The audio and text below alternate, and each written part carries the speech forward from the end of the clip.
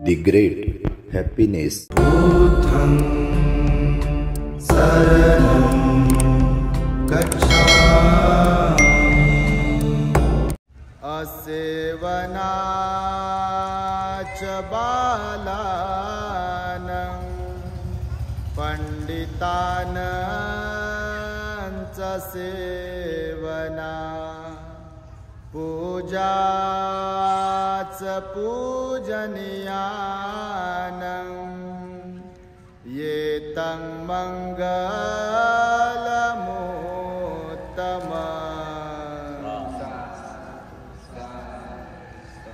संपूर्ण विश्वाला ज्यांनी सुख शांती मानवता तथा दुःख मुक्तीचा आर्य संदेश दिला असे ते दुःख मुक्तीचे मार्गदाता दुःख मुक्त महामानव महान कारुणिक तथागत भगवान सम्यक संबुद्ध तथागतांनी आपल्या शुद्ध प्रज्ञेतून निर्मिलेला सद्धम्म आणि त्याच सद्धम्माचा गेली 2500 वर्षांपासून सातत्याने अहोरात्र प्रचार आणि प्रसार करणारा पूजनीय भिक्खू संघ या महान आणि सर्वश्रेष्ठ अशा त्रिरत्नांना प्रथमतः त्रिवार अभिवादन करतो, ज्यांच्या महान आणि असीम त्याग प्रभावामुळे आपल्याला जो हा अनमोल असा बुद्ध धम्म लाभला आणि ज्यांच्यामुळे आपल्याला हे एवढे मोठे वैभव प्राप्त झाले असे महान युग प्रवर्तक भारतीय राज्यघटनेचे शिल्पकार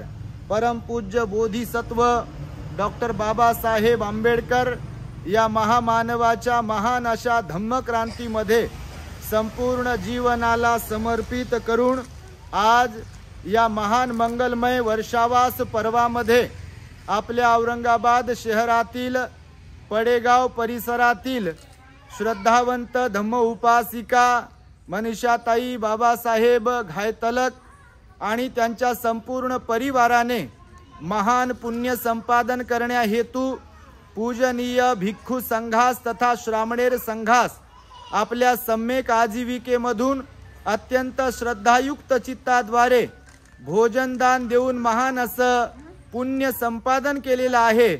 तेव्हा या निमित्ताने दानदात्या परिवाराच्या प्रती दानानुमोदन मंगलमैत्री आशीर्वाद देण्यासाठी माझ्या समवेत उपस्थित असलेले पूजनीय भिक्खू मंगलबोधीजी श्रामणेर रत्नानंद श्रद्धानंद असितानंद आर्यनंद आणि संपूर्ण घायतलक परिवाराचे नातेवाईक आप्तेष्ट पाहुणे मंडळी तथा या परिसरातीलही श्रद्धावंत उपासक उपासिका बालक तथा बालिकांनो तद्वतच दी ग्रेट हॅपीनेस या आपल्या यूट्यूब चॅनलचे सर्वच दर्शक सर्वप्रथम तुम्हा सर्वांच्या प्रती मंगलमैत्री सद्भावना व्यक्त करतो आणि आपणा सर्वांच्या दुःख मुक्तीकरिता तथागत भगवान बुद्धांद्वारा शिकविलेल्या धम्मोपदेशास प्रारंभ करतो।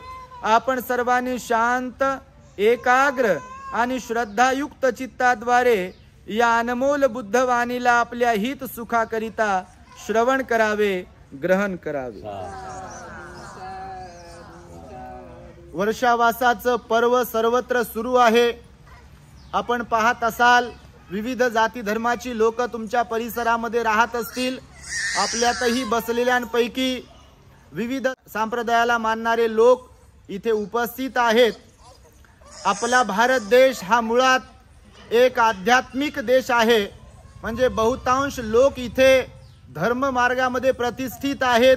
आपापली श्रद्धा आपापली धार्मिकता प्रकट करीत असतात, व्यक्त करीत असतात आणि त्या योगे एक अपेक्षा ठेवून जीवन जगत असतात की माझी ही धार्मिकता माझी श्रद्धा माझ्या परिवाराच्या माझ्या सुख शांतीसाठी लाभदायक ठरो, हाच एकमेव उद्देश असतो। मार्ग जरी वेगवेगळे असले प्रत्येकाचे तरी हेतू मात्र एकच आहे। कोणता? की आम्हाला आमच्या परिवाराला सुख शांतीचं जीवन प्राप्त व्हावे आणि त्यामुळे लोक आपली धार्मिकता आपली श्रद्धा जपण्याचा प्रयत्न करतात आणि त्यामुळे भगवान बुद्धाच्या उपदेशानुसार पावसाळ्याचे जे 3 महिने असतात आषाढ पौर्णिमेपासून आश्विन पौर्णिमेपर्यंत हा 3 महिन्यांचा जो कालावधी आहे तो कालावधी वर्षावासाचा कालावधी म्हणून भगवान बुद्धांनी सांगितलेला आहे। आणि या दरम्यान ज्या भिक्खूंची उपसंपदा झालेली असते म्हणजे कायमची दीक्षा ज्या भिक्खूंची चिवरधाऱ्यांची झालेली असते त्यांच्या अधिष्ठानाचा हा पिरियड असतो 3 महिन्यांचा, म्हणजे स्वतःचं आचरण शुद्ध करण्यासाठी पण, आणि या दरम्यान जिथे ते वास्तव्य करतात भिक्षू लोक त्या ठिकाणी जे श्रद्धावंत उपासक उपासिका आपली श्रद्धा व्यक्त करण्यासाठी येत असतात त्यांना सुद्धा धम्माचं अमृत द्यावं, अर्थात धम्माचं दान द्यावं आणि त्यांच्या जीवनामधल्या सुख शांतीमध्ये वृद्धी करावी असा लोकांचा हेतू असावा असा भगवंताचा उपदेश आहे। आणि म्हणून आमचा ही मैत्री बुद्ध विहार N11 हडको औरंगाबाद या ठिकाणी या वर्षी वर्षावासाचं अधिष्ठान आहे। दररोज सायंकाळी 6 वाजता मिलिंद प्रश्न या धम्मग्रंथावरती आमची जाहीर धम्मदेसना होते, ऑफलाईन धम्मदेसना होते, परंतु महाराष्ट्र आणि महाराष्ट्राच्या बाहेर सुद्धा काही श्रद्धावंत लोक आहेत मोठ्या प्रमाणात, तर त्यांची इच्छा होती की भंतेजी आम्हालाही धम्मदेसनेचा लाभ व्हावा आणि त्यामुळे काहीतरी सुविधा आपण निर्माण करावी आणि त्यामुळे आपलं दी ग्रेट हॅपीनेस नावाचं YouTube चॅनल आपण सुरू केलाय आणि त्या माध्यमातून रोज सायंकाळी 6 वाजता लाईव्ह धम्मदेसना असते। मला वाटतं तुमच्यापैकी बरेच लोक त्याचा आस्वादही घेत असतील, आनंदही घेत असतील आणि आपल्यामध्ये परिवर्तन घडवून आणण्याचा कसोशीने प्रयत्न करत असतील। आणि त्याचंच एक उदाहरण म्हणून जर तुम्हाला मी सांगेल तर ते म्हणजे आमच्या भगिनी मनीषाताई बाबासाहेब घायतलक आहेत की ज्यांनी आमच्या चॅनलवरील धम्मदेसना श्रवण केल्या।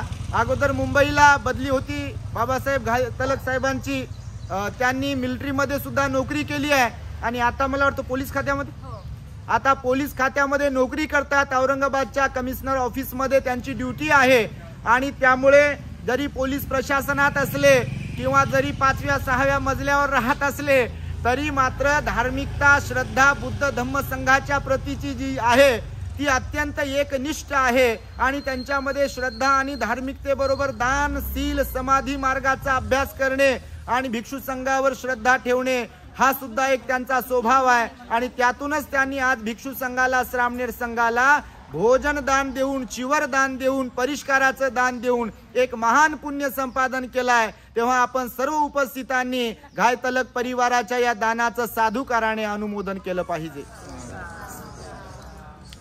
खरं तर भगवान बुद्धांच्या उपदेशानुसार बघा, भगवान बुद्ध म्हणाले मनुष्य लोकांमध्ये मी 3 प्रकारचे लोक पाहतो।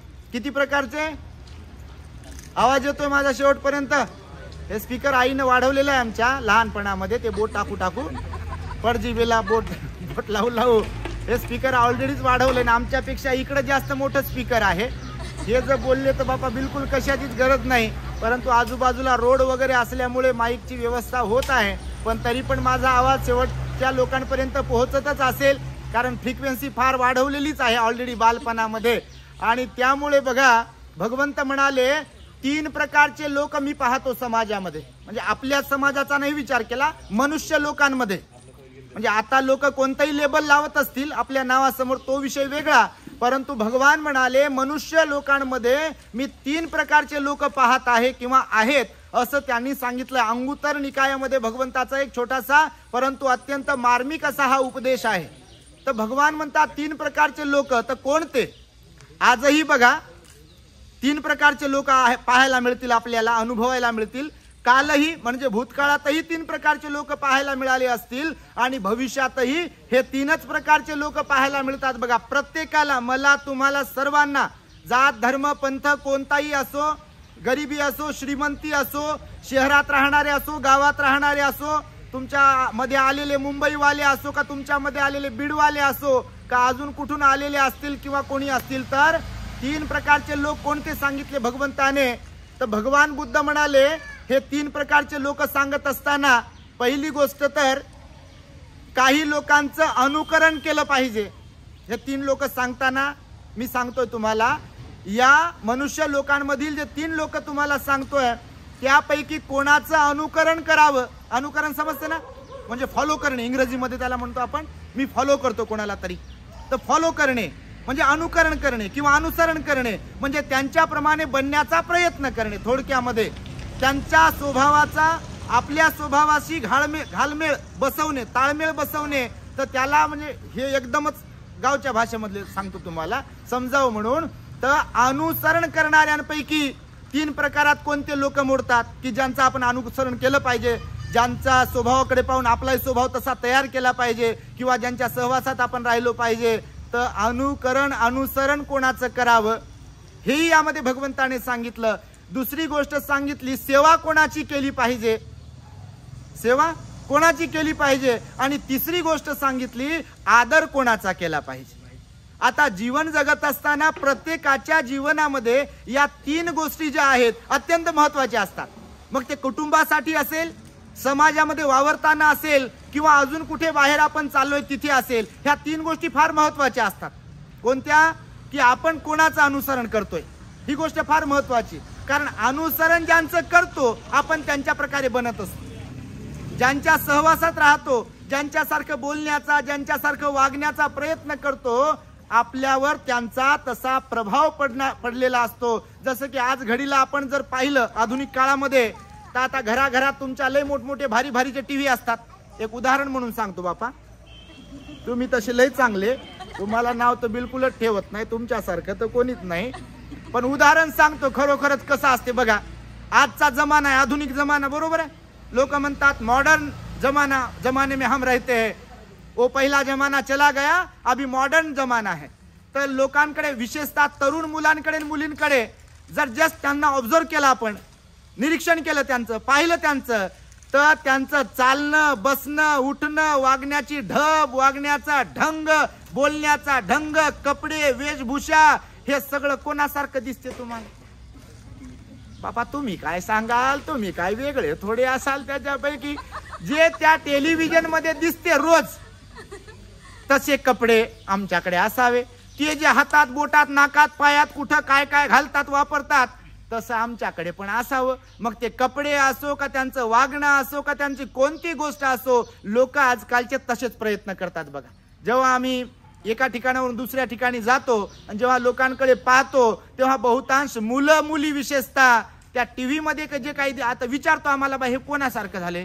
आता सकाळी एकाच पोराला पाहिलं, पा हे सगळे केस काढून टाकले हो इकडचे सगळे, समजा असंच हे जे मुंडन केले की नाही मी, सगळं त्यानं सगळं हे काढलंय इकडचं तिकडचं आणि इथंच पुंजाना ठेवलाय असं. मी म्हटलं बा हे कोणासारखं असेल, हे कुठून आणलं असेल. मग पुन्हा हे इकडं जरा प्रेशर दिलं, मी का सुचलं पाहिजे ना, पुन्हा प्रेशर दिलं आणि भगवंतानं सांगितलं की लोक अनुकरणीय असतात. काय असतात? लोकांचा स्वभाव अनुकरणीय असतो. मग कोणी आईसारखा वागण्याचा प्रयत्न करेल, तर कोणी वडिलांसारखं वागण्याचा प्रयत्न करेल, कोणी भावासारखं, तर कोणी बहिणीसारखं, तर कोणी नातेवाईकामध्ये कोणी असेल तर तसं, तर कोणी कोणी आपला जो काही हिरो हिरोईन आहे, आपली जी आयडियल, आता कोणाचा कोणता आदर्श आपण काय कोणाला म्हणू शकतो का? कोणाच्या कानाला धरून नाही म्हणू शकत की तुम्ही कोणता आदर्श ठेवला पाहिजे. आता ही झाली प्रवचन देण्याची किंवा धम्मदेशना देण्याची एक बाजू. आता तुम्हाला ऐकायचं की नाही ऐकायचं हे कोणावर अवलंबून आहे? कोणावर अवलंबून आहे? समजा इथून बुद्ध जरी कोणी सांगत असतील, समजा बुद्ध पुरुष जरी सांगत असतील आणि समोरचे लोक श्रोता वर्ग ऐकायला बसलेत, ऐकायचं की नाही ऐकायचं, तर सांगणारा ठरवते की ऐकणारा ठरवते? ऐकणारा ठरवते. सर्वस्वी त्याच्यावर अवलंबून आहे. समोरच्याचं तर काम आहे सांगणं, त्याच्यामध्ये करुणा असेल, दया असेल, प्रेम असेल, आपुलकी असेल, जिव्हाळा असेल, परोपकाराचा भाव असेल, म्हणून ते सांगते बिचार पोटतिडकीनं की असं वागावं, असं नाही वागावं, असं बोलावं, असं नाही बोलावं, हे करावं, ते नाही करावं. परंतु ऐकायचं की नाही, त्याला फॉलो करायचं की नाही, अनुसरण करायचं की नाही, हे त्या ऐकणाऱ्यावर डिपेंड आहे. आणि त्यामुळे भगवान बुद्धांनी सांगितलं की आपण कोणाचं अनुसरण करावं, कोणाचं अनुकरण करावं हे सर्वस्वी आपल्यावर अवलंबून आहे. म्हणून 3 प्रकारचे लोक सांगत असताना भगवंताने सांगितलं की आपण कोणाचं अनुसरण करतोय ही एक गोष्ट महत्वाची आहे लोकांसाठी. दुसरी गोष्ट आपण कोणाची सेवा करायला पाहिजे आणि करतो ही एक गोष्ट महत्वाची. आणि तिसरी गोष्ट आपण कोणाचा आदर करतो की नाही करतो ही पण गोष्ट फार महत्वाची आहे. आणि या 3 गोष्टीमुळे आपला स्वभाव ओळखायला येतो. ह्या 3 गोष्टी ज्या कोणत्या लेवलमध्ये आपल्यामध्ये असतात त्याच्यावरून आपला स्वभाव लोकांच्या लक्षात येतो की कसा आहे. आपण कोणाला अनुसरण करतो त्याच्यावरून आपला एक स्वभाव कळते, बरोबर आहे. कोणाच्या नादी लागलेला असतो आपण, म्हणजे एकदम व्यवहारातला शब्द आहे कोणाच्या नादी लागणे. नादी लागणे समजते ना, समजते की नाही? हा होतं म्हणा बापा. कोणी जरी असले तर हो म्हणलं तर काय पाप बीप लागत नाही. तुम्ही कोणी जरी असले तर म्हणजे सांगणाराला जरा ते सांगितलं तर मग ते सांगणाराला वाटते ऐकू लागले. नाही तर बापा धड बसले इथं आणि हे बसले घरातच किचन मध्ये.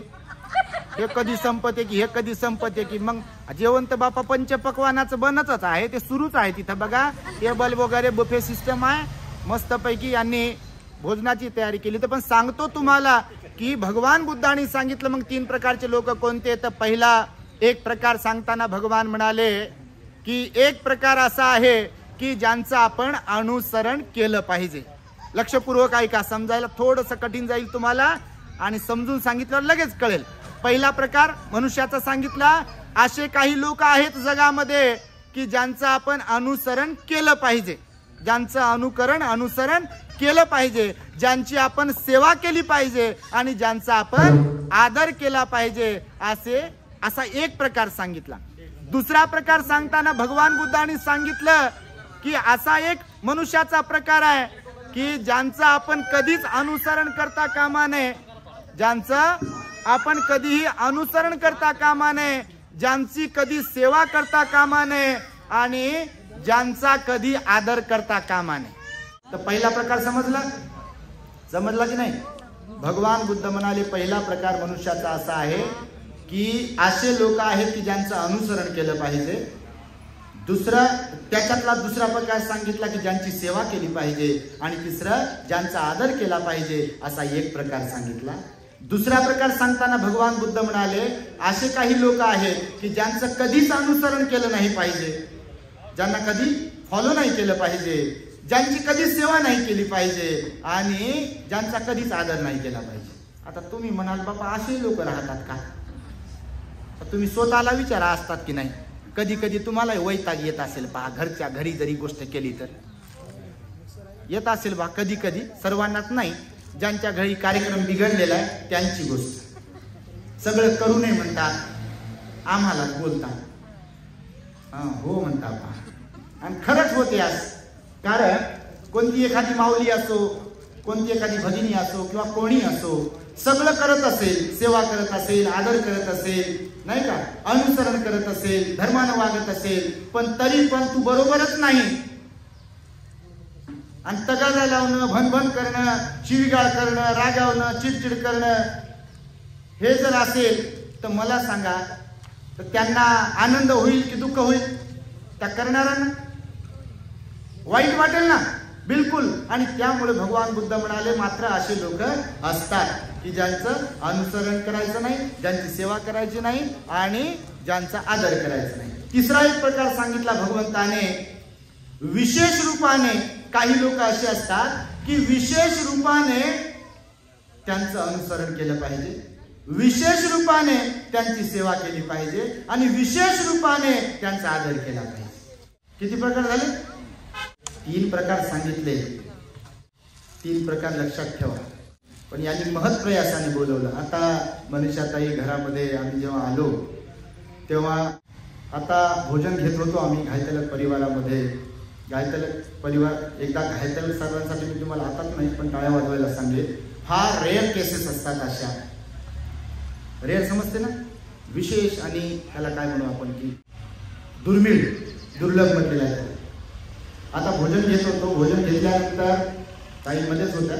घायतलक साहेब मिलिटरीमध्ये होते आणि पोलीसमध्ये आहेत. ते म्हणाले भंतेजी हे सगळं काही आम्हाला कोणाला माहीत नव्हतं, कबूलही करता आलं पाहिजे. पण नाही तर काही लोक माहीत तरी नाही आम्ही फार असं करतो तसं करतो हे करतो आम्ही असे आम्ही तसे स्वतःची पाठ ठोकून तो कोणाला घेता येते बाबा. पण खरेपणा कबूल करण्यासाठी मोठं मन लागते बघा. आणि घायतलक साहेबांनी सांगितलं भंतेजी हे सगळं काही धार्मिकता, श्रद्धा, दान, धर्म जे काही आहे ते आज शिकतोय आम्ही. ते हे माहीत नव्हतं. ते म्हणाले त्यांची जी विशेष आहे मनीषाताई बाबासाहेब घायतलक, ह्या आपल्या द ग्रेट हॅपीनेस चॅनलवर प्रवचन ऐकत होत्या अनेक वर्षांपासून. त्यांच्या आई आता नाही आहे, त्याही प्रवचन ऐकत होत्या. त्यांनाही इच्छा होती म्हणाले ते की भंतेजींना आम्हाला एकदा भेटायचं आहे. पण त्या आई निघून गेल्या 2023 काहीतरी. तर ते घायतलक साहेब सांगताना एकदम म्हणजे भावविभोर होऊन सांगत होते की भंतेजी मिसेसमुळे हे सगळं काही आज आम्हाला भेटलं, म्हणजे ही धार्मिकता, श्रद्धा, हा बुद्धाचा मार्ग, तर तिच्या प्रती कृतज्ञता व्यक्त ते करत होते. एका प्रकारे एकदा धायतल साहेबांसाठी आपण टाळ्या वाजवल्या पाहिजे. आणि पुन्हा सांगेल मी, या भगिनीसाठी, मनीषा ताईसाठी सुद्धा तुम्ही टाळ्या वाजवल्या पाहिजे. कारण त्यांचा परिवार आपल्या भारतामध्ये सांगितल्या जाते, सर्वत्र सर्व धर्मांमध्ये घरातली महिला जर व्यवस्थित असेल, पण व्यवस्थित कशाला म्हटलं, फक्त कारभार चालवता येते त्यालाच नाही फक्त, नाही तर लय कारभार करणारे लोक आहेत. वाईट नका वाटतो, तुम्हाला म्हणत नाही बाबा, तुम्ही लय चांगले असाल, पण काही काही ठिकाणी असं वाटतं की बा घर सांभाळता येते म्हणजे लय मोठी गोष्ट झाली. घर सांभाळणं मोठी गोष्ट नाही.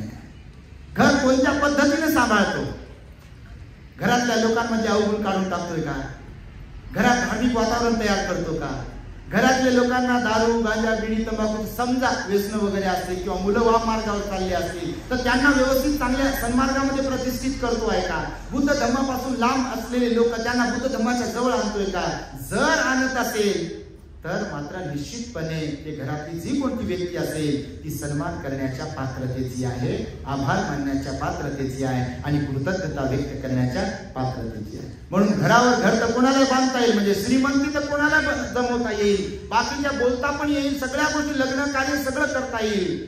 विशाखा मिगार माता माहिती तुम्हाला, अशा लोकांकडून जेव्हा म्हणजे असं अशा लोकांबद्दल जेव्हा ऐकतो ना तेव्हा विशाखा मिगार माताची आठवण येते मला. भगवंताच्या काळात विशाखा एक नावाची 7 वर्षाची मुलगी होती. 7 वर्षांची असतानापासून विहारामध्ये जात होती, भगवंताच्या भिक्खू संघाच्या सहवासात राहिली. 120 वर्ष जगली. किती? 120 वर्ष जगली. आणि 120 वर्षाची होईपर्यंत बघा ती विशेष गुणांनी परिपूर्ण होती. तिचं पूर्वजन्माचं पण पुण्य होतं. तुम्ही वाचाल विशाखा तर कधी आम्ही पण नेहमी सांगत असतो, ती एकच स्त्री अशी आहे की तिच्या नावासमोर सासऱ्याचं नाव लागलेलं आहे, मिगार माता. काय? मिगार. मिगार हे तिच्या सासऱ्याचं नाव होतं, बापाचं नाव होतं. कोणाचं? सासऱ्याचं. एकमेव स्त्री अशी आहे की तिच्या नावासमोर सासऱ्याचं नाव लागलं. आणि जेव्हा विचारण्यात येते की सासऱ्याचं नाव कसं काय लागलं तिच्या नावासमोर, तर तिचा सासरा भगवान बुद्धाचा द्वेष करणारा होता, बुद्धाच्या भिक्खू संघाचा द्वेष करणारा होता. बौद्ध साहित्य तुम्ही जर वाचाल तर तुमच्या लक्षात येईल. विशाखा मिगार माता मात्र लहानपणापासून बुद्ध आणि भिक्खू संघाच्या संपर्कात होती. दान देणाऱ्या उपासिकांमध्ये ती अग्र होती. जे अग्र श्रावक सांगितले ना त्यांच्यापैकी ती एक होती. तर तिने एक दिवस भिक्खू संघाला भगवंताला घरी भोजनासाठी बोलविण्याची परवानगी घेतली, बोलवलं.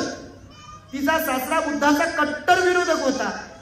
तर ती त्या सासऱ्याला म्हणाले की बाबा तुम्ही आतमध्ये बसा, भलेही भगवंताचं तोंड नका पाहू, तुम्हाला माहित नाही कशामुळे भगवंताचा विरोध वाटतो, ऐका तर फक्त भगवान काय म्हणतात. जर चुकीचं वगैरे काही सांगितलं, शिकवलं तर निश्चितपणे तुम्ही विरोध करण्यासाठी पण पुढे या, पण जर केला नाही विरोध, म्हणजे तसं काही बोलले नाही तर तुम्ही फक्त ऐकून घ्या.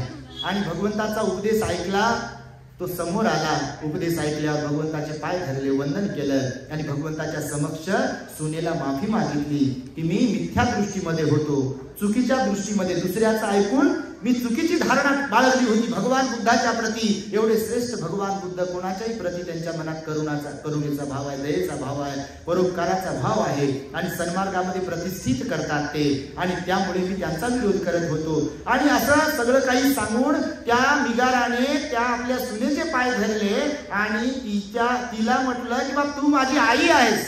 कारण आपल्याला गुण देणारी, पहिलं आपल्याला प्राथमिक गुण देणारे कोण असतात? कोणते गुरु असतात? माता पिता, आई वडील हे गुरु असतात. आणि म्हणून विशाखाच्या नावासमोर मिगार माता म्हणजे सासऱ्याची आई झाली. तो बुद्धाकडे कन्वर्ट झाला, बुद्धाचा उपासक बनला. मिगार श्रेष्ठी होता, तो सावकार होता. आणि म्हणून तिने सासऱ्याला बुद्ध धर्माकडे वळवलं. बघा ही फार मोठी क्रांती असते तुमच्या माहितीसाठी. आणि त्याच्यामुळे मनीषा ताई, बाबासाहेब घायतलक यांनी, विशाखा तर कोणीच होऊ शकत नाही, परंतु त्यांचे वंशज किंवा त्यांना अनुसरण्याचं काम हे ताईंनी केलेलं आहे. आपल्या परिवारामध्ये धार्मिक परिवर्तन घडवलं. म्हणून तुम्हाला मुद्दामून भगवंताचा हा छोटासा उपदेश सांगितला. भगवंताला जेव्हा विचारलं भगवान असे कोणते लोक आहेत मग की त्यांचं अनुसरण करू नये, त्यांची सेवा करू नये, त्यांचा आदर करू नये, असे कोणते लोक आहेत की ज्यांचं अनुसरण करावं, ज्यांची सेवा करावी, ज्यांचा आदर करावं? असे कोणते लोक आहेत की विशेष रूपाने ज्यांचं अनुसरण करावं, विशेष रूपाने त्यांची सेवा करावी आणि विशेष रूपाने त्यांचा आदर करावा? हे भगवंताला जेव्हा विचारलं तेव्हा भगवान म्हणाले की बघा, आपण जेव्हा जीवन जगत असतो ना संसारामध्ये, व्यवहारामध्ये, तर आपण जसे असतो की नाही, तर आपल्यापेक्षा खालच्या दर्जाचे काही लोक असतात स्वभावाने, त्याला हीन दर्जा म्हटलं भगवंताने. आणि काही आपल्यापेक्षा उच्च दर्जाचे असतात ज्यांची उन्नती होते बघा, किंवा आपल्यापेक्षा जास्त उन्नती होते. आणि काही आपल्या स्वभावासारखे, जसा आपला स्वभाव आहे की नाही तशा स्वभावाचे असतात. मग तशा प्रमाणे वागलो तर आपला ऱ्हास होत नाही. तर भगवान बुद्ध म्हणाले काही लोक असतात की जे कधीच दान पुण्य करत नाही, कधी कोणत्या शीलाचं पालन करत नाही, कधी ध्यान करत नाही, कधी प्रज्ञेचा अभ्यास करत नाही. त्यांना चांगलं वाईट काय यातला फरक काय हे कळत नाही, आर्य अष्टांगिक मार्ग कळत नाही, 4 आर्य सत्य कळत नाही, बुद्ध विहाराशी संबंध नसतो, बिलकुल धार्मिक कार्यक्रमाशी संबंध नसतो.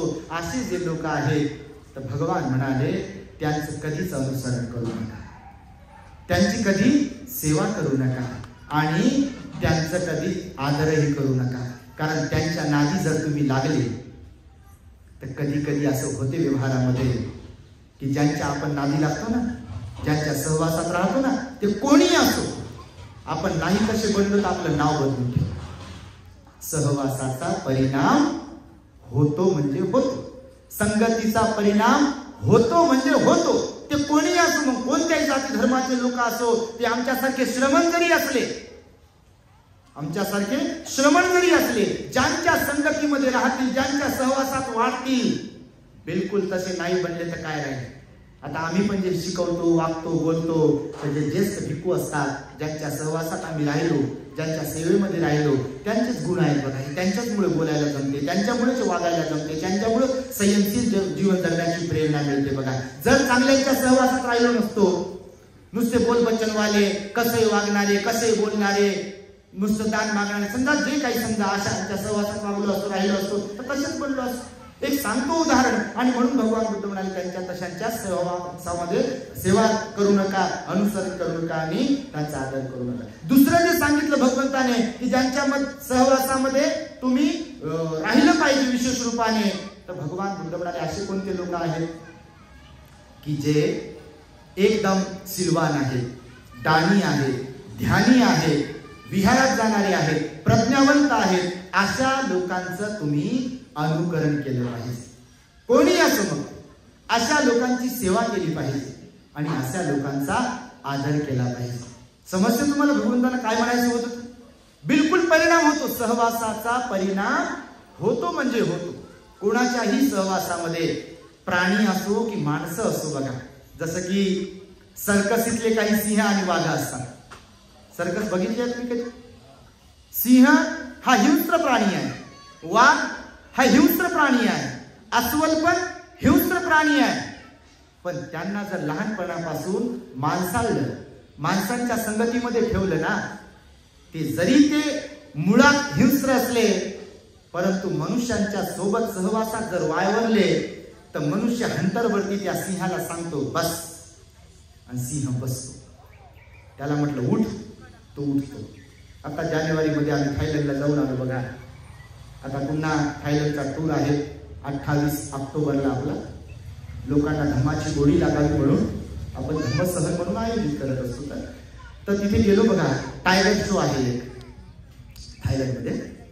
किती मला वाटतं 10 काहीतरी सिंह होते, 10 टायगर सॉरी, आणि 2 माणसं होते. पूर्ण जाळीचं कंपाऊंड, बाहेर माणसं बसलेले पाहण्यासाठी आणि 2च लोक त्यांना हँडल करण्यासाठी आतमध्ये होते. आणि ते धाड धिप्पाड मोठमोठे उंच उंच वाघ, टायगर एकदम 8-10 काहीतरी होते. ती माणसं त्यांना घेऊन आली त्या पिंजऱ्यामध्ये आणि त्यांच्याकडे छडी होती हंटर. तर तो माणूस त्याला इशारा करत होता, सिट. ते बसत होतं खाली. त्याला म्हटलं उठ, स्टँड. त्याला म्हटलं जम्प, तर ते जम्प टाकत होतं बरोबर. आणि मग ते ऐकलं की मासाचा एक तुकडा ते बक्षीस म्हणून त्याला देत होते. असे 7-8 टायगर बसल्या.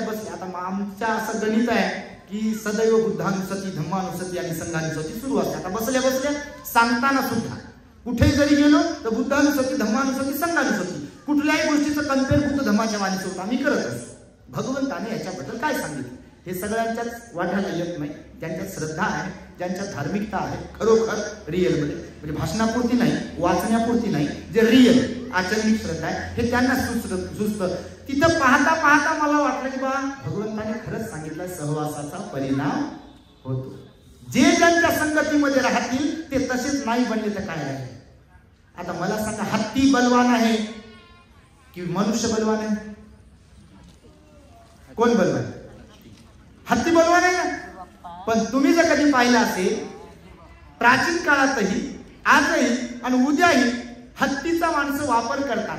हत्तीला ऑर्डर देऊ शकतो मनुष्य. एवढाच 5-5.5 फुटाचा 6 फुटाचा माणूस हत्तीनं जर सोंडेत पकडलं तर तुम्ही कपडे जसे धुता तसं माणसाला धुवू शकते, एवढी त्याच्यात ताकद. आणि हत्ती त्याचा माहूत म्हणून माणूस जर असेल, हत्तीला म्हटलं सिट ते बसते, हत्तीला म्हटलं स्टँड ते उठते, उठ म्हटलं की उठते, बस म्हटलं की बसते. काही सोंडेमध्ये पकड तर पकडते. तुम्ही जर कधी पाहिलं असेल. घोडा बलवान आहे की मनुष्य बलवान आहे? घोडा बलवान आहे ना. तसं पाहिलं तर भौतिक दृष्ट्या घोडा बलवान आहे, पण मनुष्य त्याला हँडल करते. उंट बलवान आहे की मनुष्य?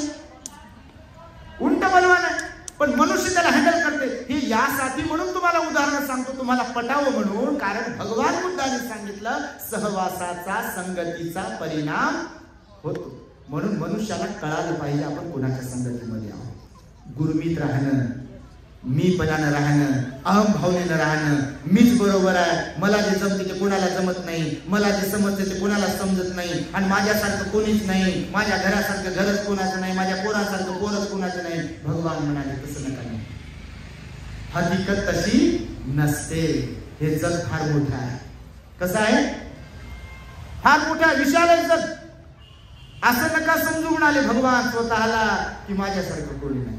असे खूप लोक असतात कोणत्याही बाबतीमध्ये, मी असो का तुम्ही असो, आपल्यापेक्षा श्रेष्ठ असतात. फक्त आपण किती ज्ञानी आहोत याच्यापेक्षा आपण स्वभावाने कसे आहोत हे मात्र फार महत्वाचं. केवळ ज्ञान असून चालत नाही. केवळ ज्ञान पुरेसं नाही म्हणाले बाबासाहेबांनी सुद्धा शिकवलं. केवळ ज्ञान पुरेसं नाही, आचरणिक बाजू, सील, समाधी, प्रज्ञा ही फार महत्वाची. काही लोकांना जग विकत घेण्याचं ज्ञान असते का, आणि म्हणूनही दाखवतात मला सगळं माहिती आहे. हकीकत मध्ये काही ढेकळं माहित नाही.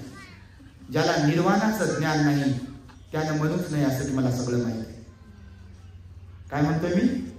ज्याला निर्वाणाचं ज्ञान नाही त्याने म्हणण्यात अर्थ नाही की मला सर्व माहिती आहे. ज्याला निर्वाणाचं ज्ञान आहे, ज्याला निर्वाणाचं ज्ञान आहे तो म्हणू शकतो की मला सर्व माहिती आहे. कारण मुक्तीची अवस्था प्राप्त केली ना, निर्वाण प्राप्त केलं ना, अरहंत झाले ना. आणि त्यामुळे तुम्हाला मी सांगत आहे की 3 प्रकारचे लोक हे समजून घेतले पाहिजे. आपण भगवंताने सांगितले की काही लोकांचं अनुसरण करू नका, सेवा करू नका, आदरही करू नका कोणाची, तर जे दानी नाहीत, सिलवान नाहीत, ध्यानी नाहीत, प्रज्ञावंत नाहीत अशांचं अनुसरण, सेवा, आदर करू नका. जे दानी आहेत, सिलवान आहेत, प्रज्ञावंत आहेत, ध्यानी आहेत अशांचे अनुसरण करा, सेवा करा आणि आदर करा. आणि जे धम्म मार्गामध्ये पुढे गेलेले आहेत, प्रगती केली आहे, जसं मी श्रोतापन्न आहे, भिक्खू आहे, श्रोतापन्न आहे, सकृतागामी आहे, अनागामी आहे किंवा अरहंत झाले, विशेष रूपाने त्यांचं अनुसरण करावं, विशेष रूपाने त्यांची सेवा करावी पुण्य समजून, आणि विशेष रूपाने त्यांचा आदर करावा म्हणाले. असे 3 प्रकारचे लोक या जगतामध्ये असतात. आपण कोणत्या प्रकारात मोडतो हा ज्याचा त्याचा विषय आहे बाबा. नाही तर पोट दाखवायला आपण रिकामे, मोकळे. हे बरोबर नाही, ते बरोबर नाही, हे बरोबर नाही, हे लय जमते, ते मला जमेल, तुम्हाला जमेल, कोणाला जमेल नाही का. कारण भगवान बुद्ध म्हणाले मनुष्याचा स्वभाव असतो बहिर्मुखी. कोणता? बहिर्मुखी. 99.99% लोक या जगतामध्ये भगवान म्हणाले बहिर्मुखी आहेत. म्हणजे बाह्य सगळ्या गोष्टी शोधणारे, बाह्य गोष्टी शोधणारे. म्हणजे कसं, कोण कसं आहे, कोण कसं नाही, वगैरे वगैरे. आणि त्याच्यामुळे बघा भगवान बुद्धाने सांगितलेलं आहे की आपण बहिर्मुखी होण्यापेक्षा अंतर्मुखी होता आलं पाहिजे. आपल्याला स्वतःला शोधता आलं पाहिजे, स्वतःला बदलवता आलं पाहिजे. जगाला पूर्ण बदलू शकत नाही आपण. मी सुरुवातीलाच तुम्हाला मगाशी म्हणालो, सांगणाऱ्याचं काम आहे सांगणं, परंतु ऐकणाऱ्यांचं काम आहे मग त्याला फॉलो करायचं की नाही फॉलो करायचं. भगवंताच्या काळातही सगळेच लोक भगवंताला फॉलो करत होते असं नाहीये. आजही सगळेच लोक चांगल्या लोकांना फॉलो करतात असं नाहीये, आणि उद्याही सगळेच लोक चांगल्या लोकांना फॉलो करतील असं नाही आहे. कारण ह्याला पुण्यकर्म पण जबाबदार असते, आणि म्हणून सगळेच लोक या धार्मिक मार्गामध्ये प्रतिष्ठित होत नाही. काही माहीत असून येत नाहीत, आणि काही फार जास्त माहीत नसलं तरी मात्र येतात या मार्गात. समजते तुम्हाला काय म्हणायचं? काहींना खूप काही माहिती आहे. आता आपल्याच लोकांची गोष्ट तुम्हाला म्हणत नाही बाबा, आपल्या लोकांची गोष्ट बाबासाहेबांबद्दल सगळं माहिती आहे. काही लोकांना त्यांचा जन्म कुठे झाला, त्यांचं बालपण कुठे गेलं, तारुण्य कुठे घेतलं, डिग्र्या कुठे घेतल्या, वगैरे वगैरे पर्यंत सगळं माहिती आहे. जयंतीला माहिती आहे सगळं, काय जयंती कशी, आणि आचरणिक बाब जर घेतली बघितली तर मग भोपळा जीव. तुम्ही नाही, तुम्ही तर फार चांगले. काही गोष्ट बघा अशी आहे, काही लोकांना बुद्ध धर्माचं जास्त ज्ञान नाही आहे, पण आचरणिक म्हणाल तुम्ही तर रोज विहारात येतील, रोज पंचशील पालन करण्याचा प्रयत्न करतील, रोज एक दिवस म्हणजे 8 दिवसाला का होईना अष्टशिलाचं पालन करण्याचा प्रयत्न करतील, स्वतःमध्ये सुधारणा घडवून आणतील, समाजामध्ये परिवर्तन घडावं यासाठी प्रयत्न करतील. असे लोक तुम्ही पाहिलेले असतील बघा.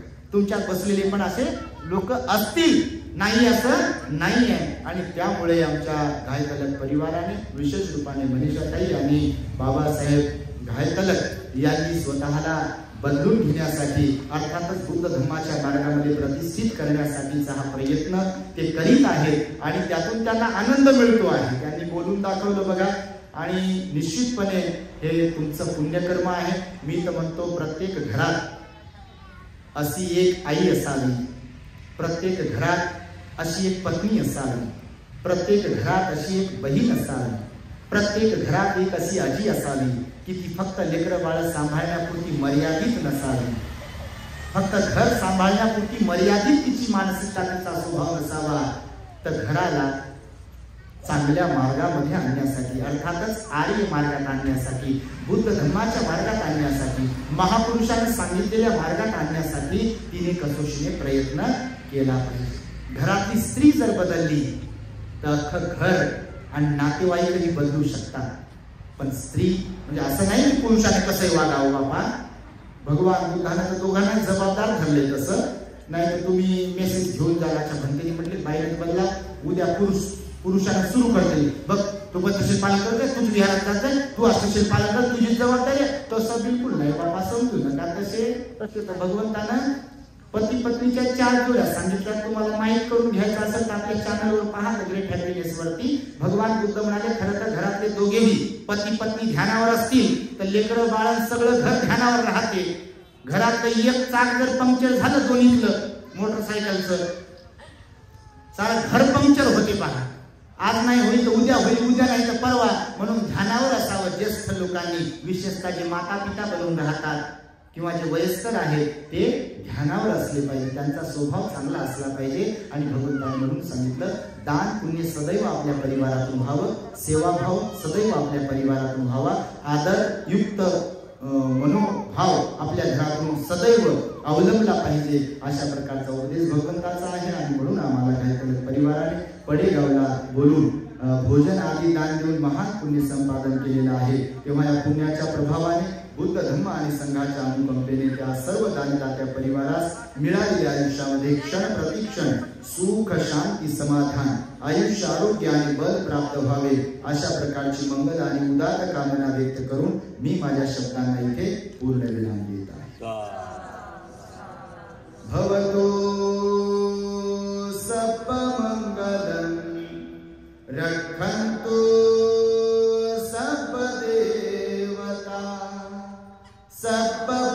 सर्वबुद्धान् भावेन सदा सुखी भवन्तु ते. भवतु सर्वमङ्गलं रक्षन्तु सर्वदेवता सर्वधर्मान् भावेन